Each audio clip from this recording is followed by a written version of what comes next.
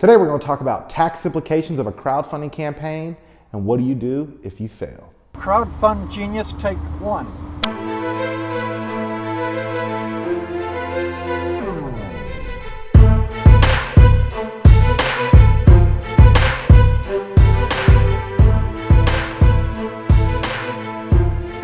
ZacBob here from Crowdfund Genius. How's it going? We did this live just a few moments ago with Periscope. We had a nice Periscope feed going on in the background, but unfortunately our GoPro shut off unexpectedly and we didn't realize it until afterwards when we were trying to edit the footage. So we're going to shoot this again. So it's not technically live. We don't have a live audience and we're not on Periscope, but it's okay. We're going to answer these questions regardless. So let's go ahead and start with our very first question. Go, Brandon. Dave at The Bold Leader asks, what are the tax implications for crowdfunding? And do I have to limit crowdfunding targeting to sophisticated investors? All right, let's answer that first part first, all right? Sophisticated investors. A sophisticated investor, I think you mean, are individuals that are in a higher tax bracket, so they're allowed to invest into startups for equity. But under the Jobs Act and the SEC just now, last week I think it was, passed the fact that now anyone can invest. I know it sounds extremely ridiculous that only people in a higher tax bracket would be able to invest in a startup. But people in that lower tax bracket, you know, they can go gambling, they can spend money on Amazon or spend money on items that won't bring them money in return. But now anyone, I believe I read an article that said even your granny can now invest in your company. So what does this mean? You don't have to specifically target sophisticated investors anymore.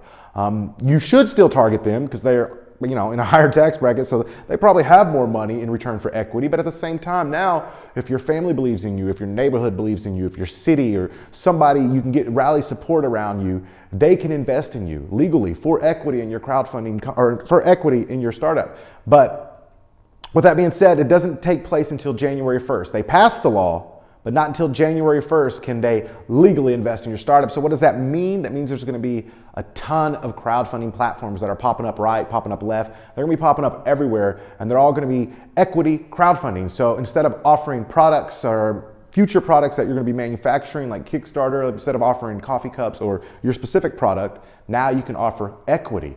So I'm sure Kickstarter and Indiegogo already have something in place to make the switch to equity crowdfunding. But besides that, it's going to be interesting to see in 2016 which platforms are going to be the first to excel in equity crowdfunding. So to answer your question, no, you don't just have to target sophisticated investors. Now you can target friends, family, anyone who has interest in donating for your cause or donating for equity in your company.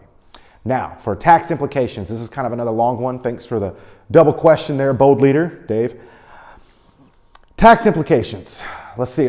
First, let's talk about LLCs and corporations, LLCs, and sole proprietorship. If you haven't filed for an LLC or corporation, then you are a sole proprietor, and that's how you're going to file this income. And if you're a sole proprietor, you're going to have something known as self-employment tax. So be aware of that. First, talk to an accountant. I'm going to mention that several times. Talk to an accountant. I am not an accountant. But if you talk to an accountant, they will inform you more on self-employment tax, how much that's going to be, and those types of things. Also, if you're selling a product, if you're selling like a physical device, like maybe it's a GoPro knockoff, or maybe it's a better GoPro, or maybe it's a device for a GoPro or something along those lines. If you're selling that, that's your product. So that is taxable income. Now, with that being said, there's a little small, I don't want to say loophole, but there's a little small, if you're getting donations, if you're taking on donations, that's different. All right, depending on how you have your business set up, again, talk to an accountant. But if you're setting donations, let's say, for example, you're getting a donation of $50 on your Kickstarter or Indiegogo campaign, and in return, you're sending them like a care package or like a goodie bag, like, a coffee mug, or you're giving them a gift.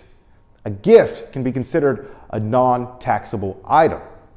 So make sure you talk to an accountant, get all that set up in advance. Now, one last thing is internet state sales tax. Internet state sales tax.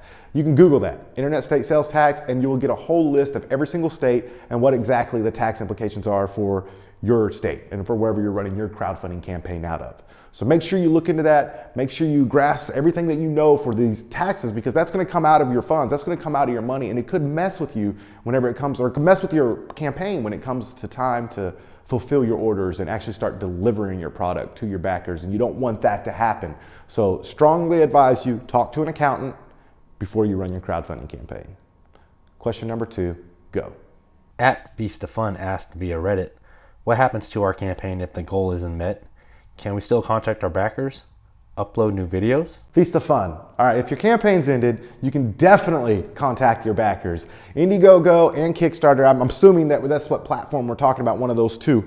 But if you're on Indiegogo or Kickstarter, you can do an update. And how an update works is if I back your campaign and you have no email or information on me, just know that I backed your campaign. If you post an update, let's say any information that you're trying to share, if you're trying to convert me to your MailChimp list or your, whatever, if you're trying to convert me to your email list and you want me to jump on board or go through an opt-in, then maybe you offer a discount or let me know that, hey, by joining your MailChimp list, I'm gonna get access to early bird specials whenever you run your second campaign. And if you did fail that first time, run a second campaign. It gets easier, it gets better. You've learned from your first mistakes, so learn from those and make changes and apply them to your second crowdfunding campaign.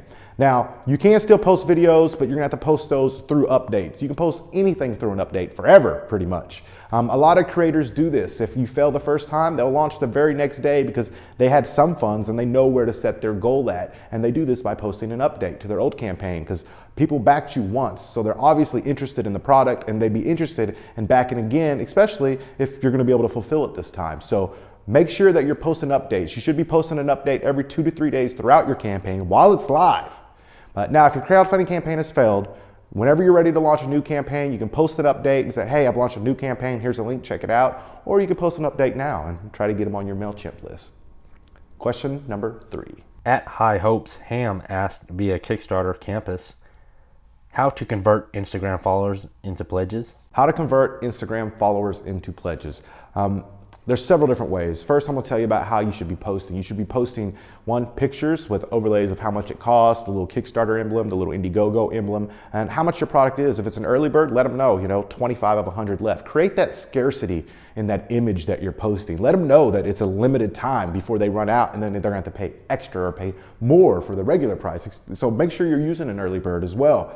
Also, links. Make sure you have a link in your bio, your profile bio on Instagram. Put a link to your Kickstarter campaign. Post that beautiful image with that price that says only so many left. Use hashtags, Kickstarter, Indiegogo, whatever your niche is. Make sure you know your hashtags in advance and post it. But post those hashtags in the comments, not in the original post. So you're gonna post it, an example like this. If I was posting for my coffee cup, I'd put like a coffee cup on there and I'd put, only 25 left at this price, $16 or whatever it is that you're charging. I'd post that image. And then next thing I would do is in the comments, right after posting, I'd go in there and comment on my own Instagram post and start applying hashtags. And by doing that, what you're doing is anytime somebody comments, after 3 or 4 comments, those hashtags are no longer visible. So now when they read your message at the top from your original post, it's nice and clean. It's not cluttered with hashtags. It's not overrunning. Another thing you need to do, back to the link in the bio, is one, you can get fancy. Well, first, we'll talk about fancy in a second. One, you could post it whenever you post the original picture. Hey, there's a link to the campaign in the bio. Or you could go a little bit the fancy step, which would be go to location. Add a location, but add a custom location. That custom location will say link in the bio, Kickstarter link in the bio, back our campaign, link in the bio, anything you want, but add it as a custom location. Then it will overlay the top of your image with that location that will say link in the bio.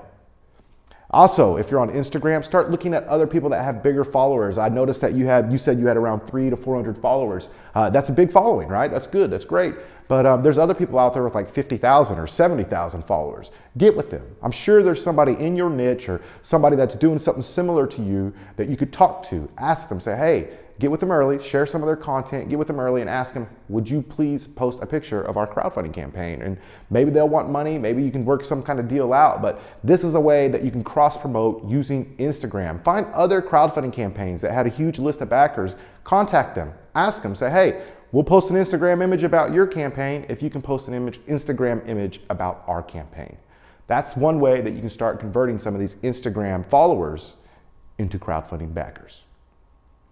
All right, so that's it for our questions. Like I said, next week, make sure you follow us on Periscope because I'm gonna get this back up here. I'm gonna get our nice big Periscope feed, live feed as we're recording. You'll be able to see the questions and all the hearts and everything like that. And that's really all we got for today. As far as we want to end it with a question every single time.